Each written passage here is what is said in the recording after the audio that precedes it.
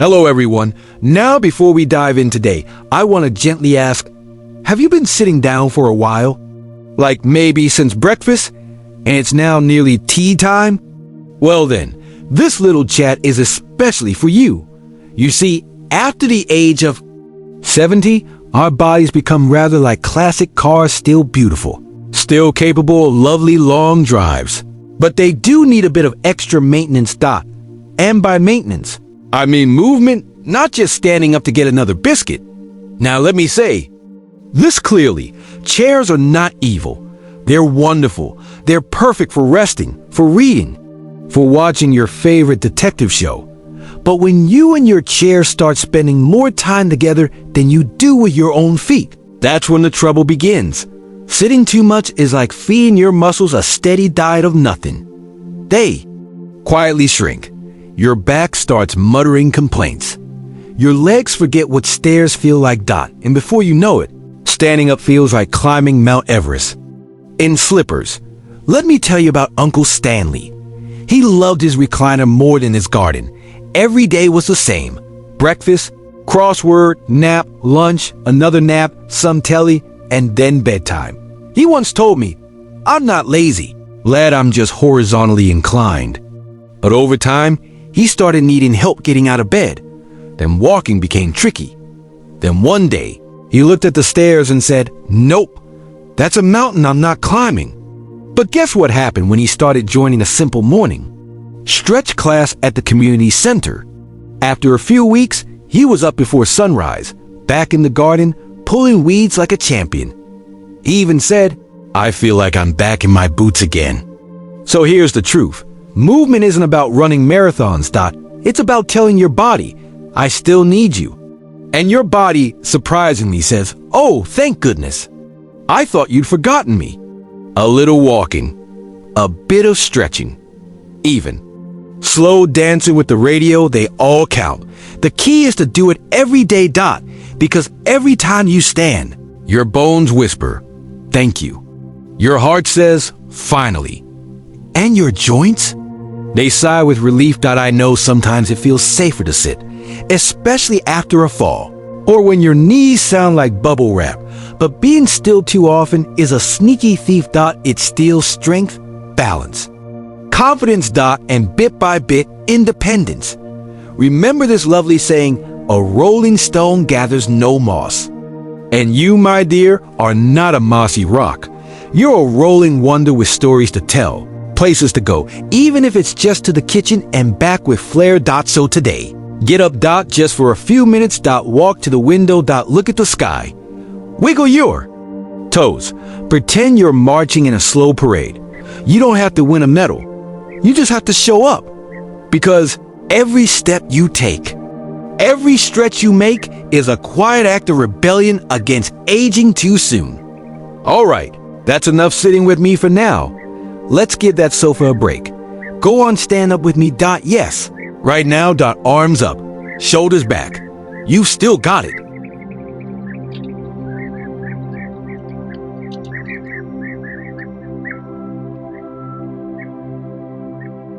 My dear friends, now I want you to do something for me, a little quiz. Just between us. When was the last time you had a proper glass of water? No, tea doesn't count. Neither does coffee. And no, I'm afraid a biscuit dipped in tea doesn't count as hydration either. If you're scratching your head right now trying to remember, well, we've got ourselves a little hydration situation. You see, after the age of 70, something curious happens. Our sense of thirst becomes a bit sleepy. It's like a quiet roommate who doesn't want to bother you, even though the house is on fire. Your body still needs water, just as much, maybe more, but the alarm bell, that little "I'm thirsty" nudge, it starts whispering instead of shouting. And when we ignore those whispers long enough, we start feeling things we blame on age. Dizziness, tiredness, dry mouth, headaches, even confusion or CRANKINESS. It's not old age, my love. It's dehydration. Wearing a clever disguise. Let me tell you about Aunt Maureen. She was the queen of saying, "I don't need water. I'm not a camel." She'd make it through a whole day on nothing but 2 cups of tea and a stern glare at the kitchen tap. But one day she fainted while watering her begonias. Turns out, she was thirstier than the plants. Once she started drinking a glass of water. Every morning and evening, she was a different woman. She called me and said, "I don't know what's gotten into me. I just cleaned out the attic and alphabetized my spices." That, my friends, is the power of water. Now I know. Drinking more might mean a few more trips to the loo. Yes.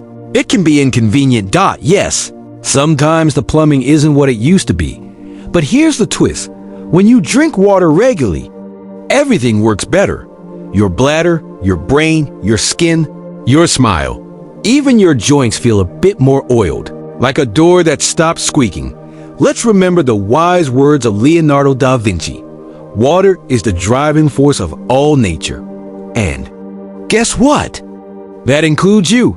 You don't have to drink. Liters and liters. Just a glass with every meal. A sip every hour or so. Keep a colorful cup nearby. Or one with a silly straw if it makes you smile. Infuse your water with a slice of lemon cucumber. Or a sprig of mint. You'll feel like you're at a spa, even if you're in your pajamas. And please, don't wait until you feel thirsty. That's like waiting until your car breaks down before filling the tank. By the time you feel it, your body's already playing catch up. You deserve to feel fresh, light, and clear-headed. You deserve energy. Deserve that lovely glow people used to call radiance back in the day. So here's your gentle challenge. Today, pour yourself a glass of water. Drink it slowly, like a toast to your future self. And when you finish, smile and say, "Well done." Because drinking water isn't just about hydration.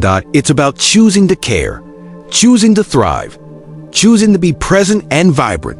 One sip at a time. Now go ahead, have a drink. And while you're at it, give your houseplant a little too. You're both going to bloom beautifully.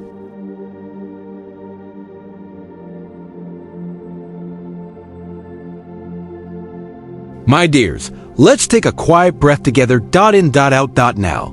Let's have an honest little heart-to-heart. When was the last time you had a proper chat? Not just a polite good morning to the postman, or where's the remote, to the cat. Mean a real conversation, the kind where you laugh at silly things or talk about life over a cup of tea that's long gone cold. Because here's something we don't talk about enough. Loneliness doesn't always show up in tears or sad music. Sometimes it shows up in silence, in long afternoons that stretch on like weeks. In birthdays, forgotten. In meals eaten with only the sound of a ticking clock. And the tricky thing? Loneliness is clever. It wears shoes and walks right into your life without announcing itself. It says things like, "Oh, I don't want to bother anyone," or "They're probably busy," or "I'm fine on my own." And before you know it, days go by, then weeks, and the phone stays quiet. But humans, dear ones, we're not meant to be islands. We're more like patchwork quilts stitched together by stories, memories, and cups of tea shared. Even the quietest among us need a bit of warmth from someone else now. And then, let me tell you about Mr. Reginald. He was a retired school teacher who hadn't had a visitor in months. Said he was used to the quiet. Then one day, a boy from the neighborhood knocked on his door asking for help with a crossword. Something lit up in Reginald's eyes. He invited the boy in. They laughed. They puzzled. They argued over whether rutabaga was a real word. And from then on, every Thursday became crossword day. Reginald said, "I didn't know I was lonely until someone remembered I wasn't invisible." And that's the truth for many of us. We get so good at being strong, at pretending we're content, that we forget it's okay, more than okay, to need people. Now I'm not saying you have to throw a party, but maybe make that call you've been putting off. Join that book club. Even if you've not read the book. Wave at your neighbor a little longer than usual. Visit the local community center. They've usually got free biscuits and some wonderful characters. Socializing doesn't have to be grand. It can be two people sharing old stories. It can be sitting in a room full of strangers doing crafts and not feeling strange at all. Can be saying, would you like to join me for a walk? Because loneliness is sneaky, but connection? Connection is magic. It lifts you. It reminds you that you matter, that your voice still belongs in the world. And remember this quote by C.S. Lewis. Friendship is born at that moment when one person says to another, "What? You too?" I thought I was the only one. So if you've been feeling a bit too quiet lately, this is your sign to reach out. Someone out there is waiting to hear your voice, to laugh at your stories, to say, "Thank you, I needed that." And who knows? You might just be the reason someone else feels a little less lonely. Now go on. Pick up that phone. Or go where the people are. Even if you're shy, even if you think you won't fit in, you still got stories to share. You still got light to give. And you, my dear, are absolutely not invisible.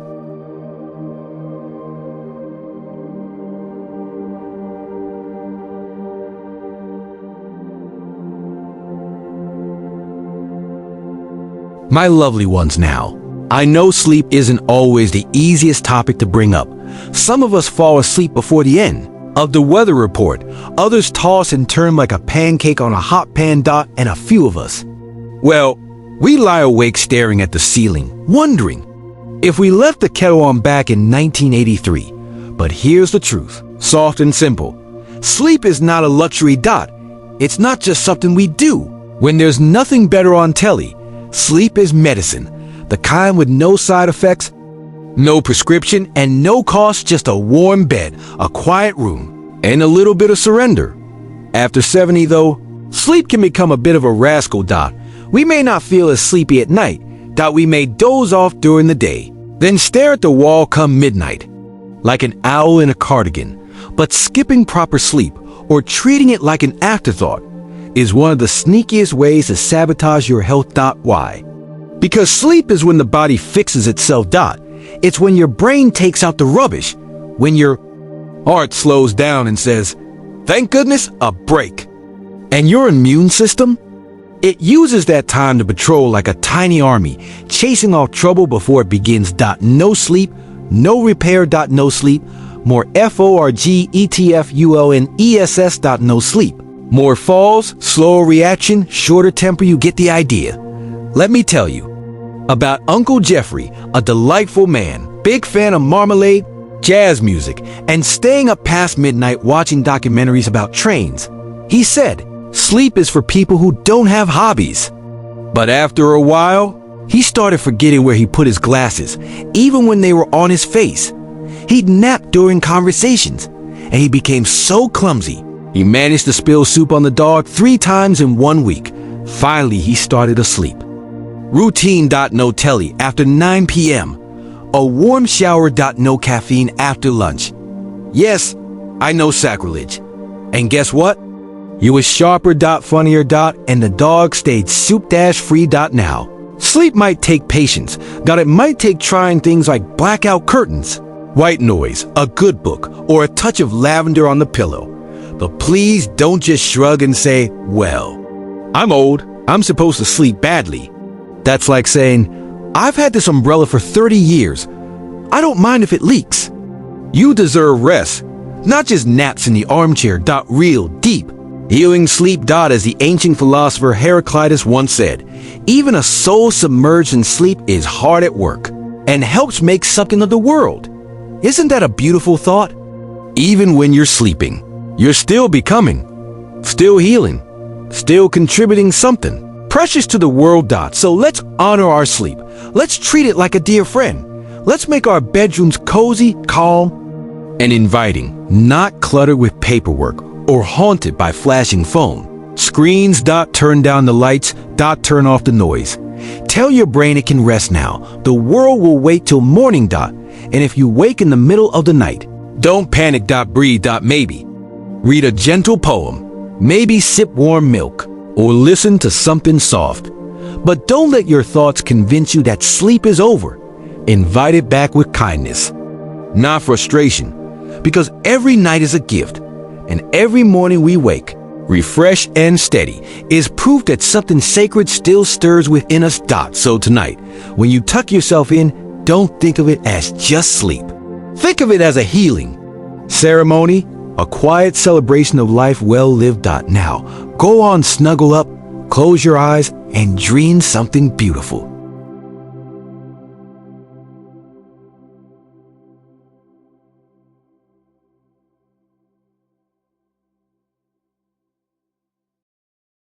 Dear friends, today, we need to have a little natter about something deceptively simple.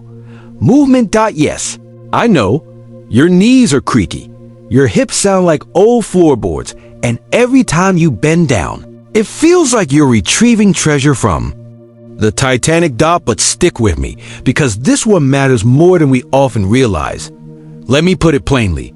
Not moving enough is one of the most silent health hazards after 70. It doesn't shout like chest pain. It doesn't demand attention like a nasty cough. It just quietly sneaks in, slowing your blood, weakening your muscles, stiffening your joints. And one day you realize it's no longer the stairs that got taller. It's you who's gotten slower. Now, I'm not asking you to sign up for a triathlon. Goodness. No, I'm simply saying we were made to move. Even if it's just a little, even if you look like a majestic turtle doing Tai Chi in your dressing gown. Do you know the phrase, use it or lose it? Well, it's painfully true when it comes to muscles. Stop moving and they shrink faster than a wool jumper in a hot wash, and joints, they start to lock up tighter than Aunt Mabel's biscuit tin. Let me tell you about Maureen. She's 84, lives with 2 cats named Cheese and Pickle, and used to spend most of her day in her chair watching detective shows. She said, "My back hurts when I move." So she moved less. And then the rest of her started hurting too. One day, her granddaughter showed up with a yoga mat and a cheeky smile. She said, "Come on, Gran, 10 minutes. No one's watching." Reluctantly, Maureen gave it a try. It wasn't elegant, more wobble than warrior pose. But after a week, her back ached less. Her mood lifted, and she began to walk down the garden again, something she hadn't done in months. She told me, "Turns out my bones were sulking because I wasn't taking them out enough." Look, I get it. Movement after 70 comes with its own quirks. You might need a walking stick. You might look like you're dancing to invisible jazz. But every step you take, every gentle stretch, every wiggle of those glorious toes, it all adds up. Take small walks. Stretch while the kettle boils. Do little arm circles while waiting for your toast. Get up during TV commercials and march in place like a stubborn old soldier. It doesn't have to be fancy. It just has to be something. Because staying still, that's how rust sets in. Not the kind you can oil either, but the kind that steals independence, one unnoticed day at a time.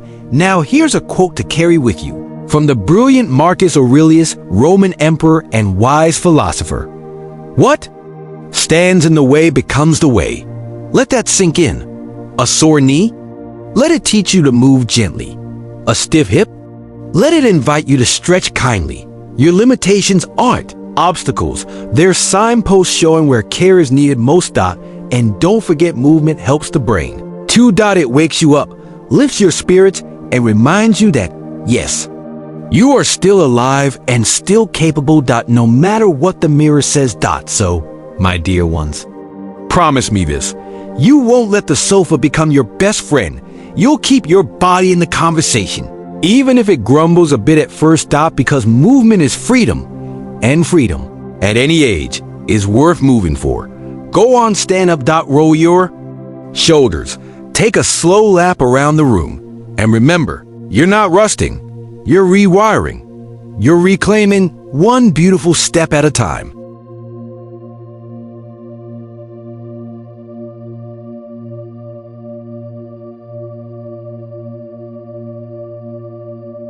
You marvelous souls, we've come to the final part of our little journey together, and we're ending on something that sounds rather dull, but might just be the most important of all.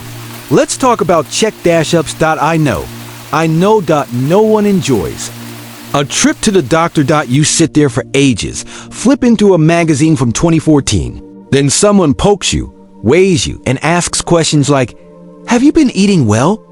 While you're trying to forget the chocolate biscuits from breakfast.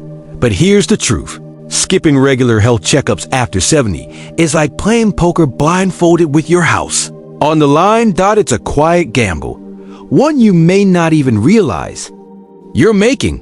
You see, a lot of health problems, the serious kind, don't shout. They whisper. They tiptoe in with no symptoms. And by the time they start banging pots and pans, they've already made themselves at home. High blood pressure, silent. Type 2 diabetes, often stealthy. Early stage cancer can be quiet as a church mouse, but caught early, most things can be managed. Treated. Sometimes even reversed. Checkups are not just about what's wrong. They're also about confirming what's right. About tracking trends, spotting patterns, and giving your future self a fighting chance. Let me tell you about Stanley. He's 78, grumpy as a goose, and absolutely convinced that doctors were part of a plot to keep him from his daily sausage rolls. "I feel fine," he barked.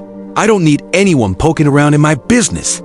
But his daughter insisted, dragged him in, kicking and grumbling. They found early signs of a heart condition. No symptoms, just silent signals in the blood. But it was caught. Managed. Treated. Early. Today, Stanley still grumbles, but now he walks to the park every morning because he can. Regular checkups aren't about fear. They're about respect. Respecting the body that's carried you this far. Respecting the time you still have. And yes, respecting the people who love you and want you around. And listen, it doesn't have to be scary. Just a simple rhythm of blood pressure check here, a cholesterol test there, maybe a chat about medications, and a pat on the back when all is well. Your GP isn't there to lecture you. They're there to be your co-pilot. To look out for potholes before your tires hit them. And here's a quote for this chapter from the wise old soul Socrates, who once said, "Beware the barrenness of a busy life." Now, in our later years, it's less about busyness and more about awareness. Don't fill your days avoiding what matters most. Don't mistake feeling fine for being well. Catching problems early doesn't just buy you time, it buys you quality of time. More dances in the kitchen, more laughs with old friends, more cuddles with the grandkids. More chances to say, "I'm still here and I feel good." So, if it's been a while, call the clinic. Book that blood test. Let someone listen to your heart because it's still beating with purpose. This isn't about paranoia. It's about preparation. It's about peace of mind. And honestly, if you can get through a lifetime of Mondays, you can handle a 15-minute appointment. You are worth the care. You are worth the attention. You are not a burden. You are a living library, a walking miracle, and the world needs you well. So go on, put it in your diary. Bring a list. Wear your good cardigan. And remember, a checkup is not a sign of weakness. It's a sign of wisdom. And you, dear friend, are the wisest of them all. And there we are, dear friends, 6 quiet habits that sneak in after 70, and how we can gently, joyfully, and stubbornly nudge them out the door. If you've made it this far, know this: your health, your laughter, your stories, they all still matter. Deeply. And if this little journey has made you smile, or nod, or even think, well, maybe I will get off the sofa today, then I'd love it if you could do one more little thing. Tap that subscribe button. It costs nothing, but it means everything to us. Click like if you believe laughter is medicine. Leave a comment. I'd love to hear your thoughts, your stories, or even your favorite biscuit.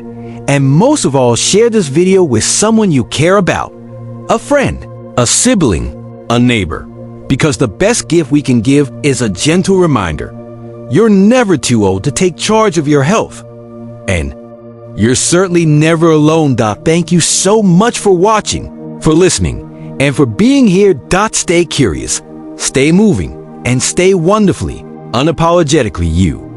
Until next time, with warmth, with care, and with a cheeky wink cheerio.